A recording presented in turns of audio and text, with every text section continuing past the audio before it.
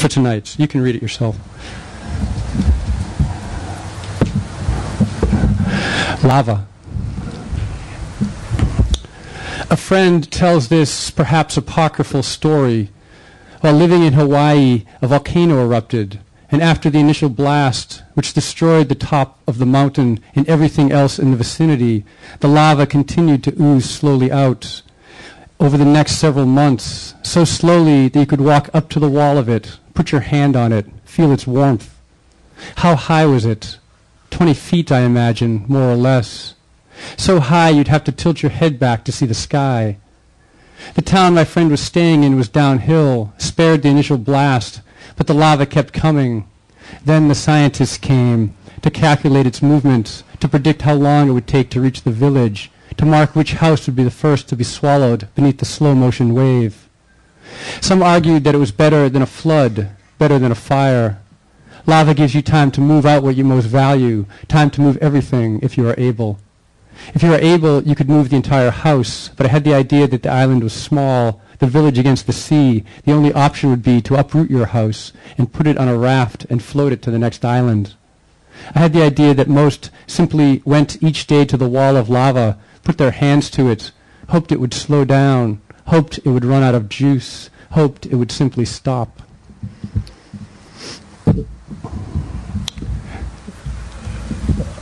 My editor didn't... Did someone have a comment? Wow, I thought I heard somebody talk. My editor didn't really like that passage, or didn't get it, didn't get what I was doing in the book. I was hoping it had some sort of metaphoric levels to it. But I'm not sure. I wrote a book about bees once, a book of poems about bees, and I read it at an outdoor place in California. And about halfway through the reading, someone yelled out. They were eating lunch. It was a very strange reading. They were eating lunch outside. It was like a lunchtime reading. And someone yelled out in the middle, "Are these just about bees?"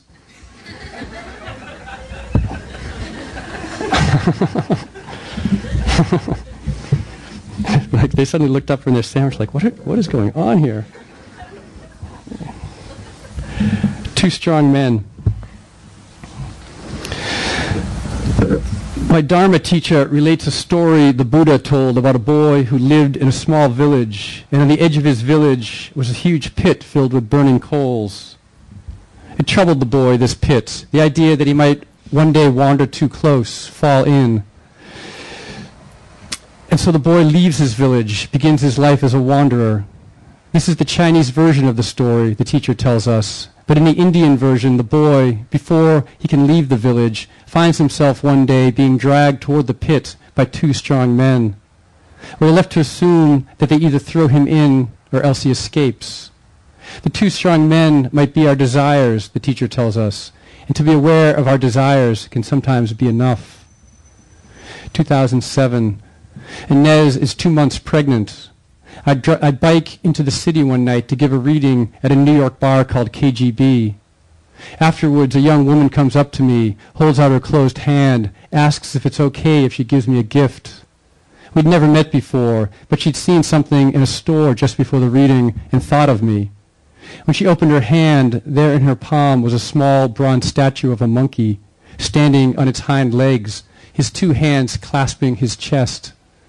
Only he wasn't merely pointing to his heart like Jesus. He was ripping his chest open.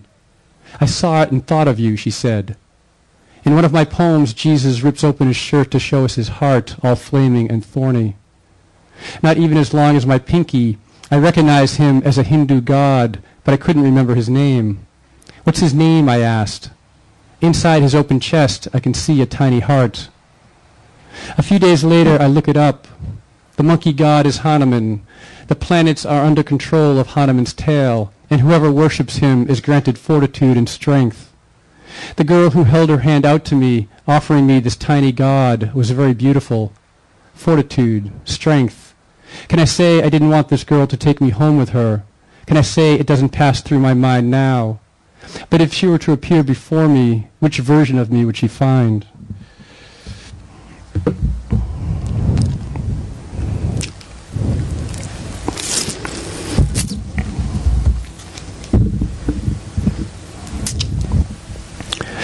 This chapter is called Roulette, but I'm only going to read a paragraph of it.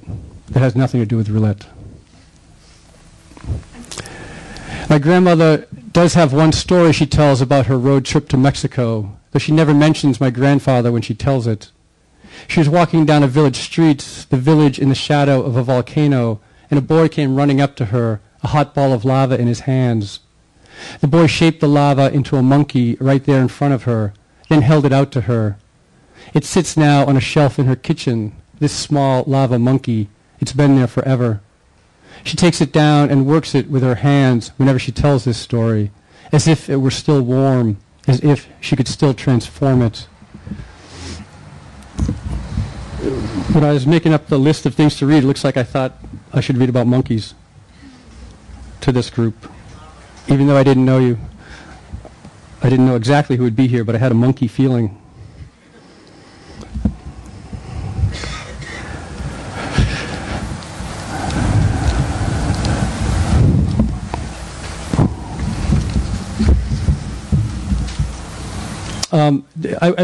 In the process of writing the book, after about 3 years of working on this book, I ended up going to Istanbul with a group of lawyers, to witness the gathering of testimonies from ex-Abu Ghraib detainees. And so there's a person here named Amir, which is a pseudonym given by the Physicians for Human Rights to the man that Lindy England is dragging on a leash. That photograph. So Istanbul. And I went there when we were 5 months pregnant too, but you wouldn't know that from this, I don't think. Maybe you will. I didn't need to say that. I'm sorry. Istanbul. There was a moment in Amir's story, as there will be in every story, when words are not enough. A moment when the only way to tell us what happened is to show us what they did to his body. At this moment, he pushes back from the table and stands. "They hang me this way," he says, and raises his arms out to his side as if crucified in the air. Something about him standing, about his body suddenly rising up, completely unhinges me. Something about it makes his words real in a way they hadn't been before. At this moment, I get it. These words are about his body. It was his body this story happened to, the body that is right here beside me, in this room I could barely even imagine just yesterday. His body that is now filling the air above our heads, our eyes upturned to see him. Amir stands there like that, arms outstretched. The scribe has nothing to write. The painter has nothing to paint. The interpreter has nothing to interpret. The lawyer's eyes are fixed on his eyes. All his words have led to this moment when his body is finally allowed to speak. The lawyer shakes her head slightly. "And what happened next?" she says softly, and he lowers his arms and sits.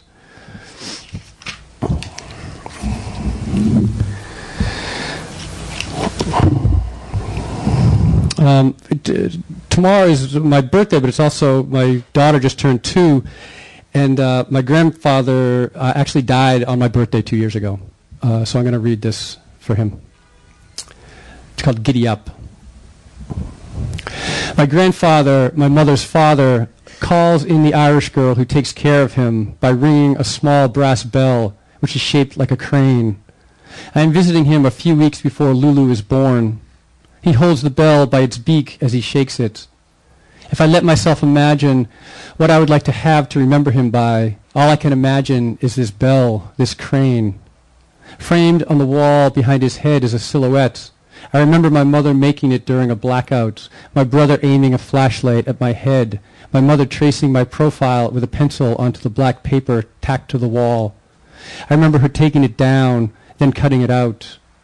The Irish girl comes in, smiles, leans over the bed, asks, "And what can I do for you now?" Her blonde pigtails nearly brushing his face, but already he has closed his eyes again.